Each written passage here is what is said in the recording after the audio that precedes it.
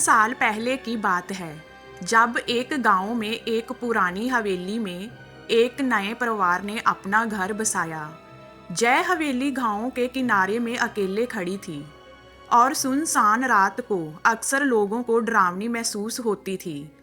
जब तक वह वहां नहीं आए, गांव वाले उस हवेली के बारे में कई डरावनी कहानियां सुनाते थे।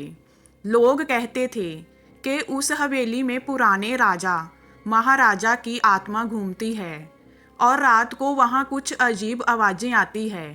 नए परिवार के सदस्यों ने इन किस्सों को ध्यान नहीं दिया और हवेली में अपने नए जीवन की शुरुआत की। पहले कुछ महीनों तक सब ठीक था, लेकिन फिर अजीब घटनाएं होने लगी। रात को उन्हें आवाज़ें सुनाई देने लगी, जैसे कोई विचित्र कदम ले रहा हो।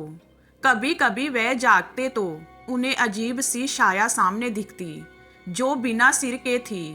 उन्होंने हवेली के पुराने इतिहास को जानने का फैसला किया और वह जानते हुए भी डर के साथ उसका सामना करने की तैयारी में बैठे। एक दिन जब सभी सो रहे थे, तभी एक अजीब सी आवाज़ उनके कानों में पड़ी।